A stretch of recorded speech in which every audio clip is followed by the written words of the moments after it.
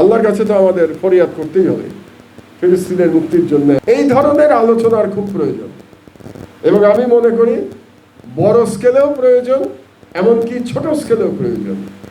ছোট স্কেল বলতে আমি বলতে চাচ্ছি স্কলার লেভেলে প্রয়োজন।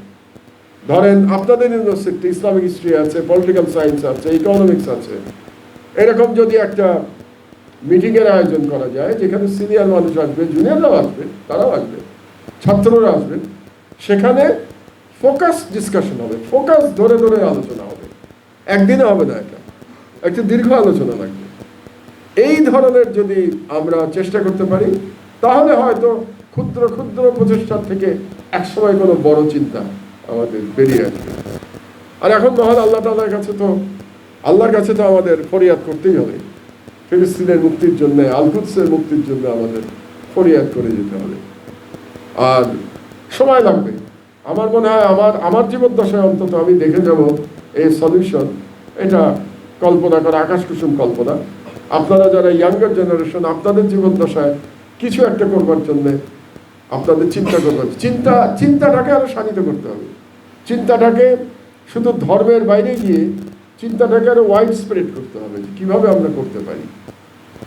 এই চিন্তাটা করে আমরা যদি কাজ করি তাহলে হয়তো একটা রাস্তা আমরা বেরিয়ে যাব। আমাদের ক্ষমতা নাই, বাংলাদেশ অর্থনৈতিকভাবে দুর্বল দেশ, মিলিটারিলি দুর্বল দেশ।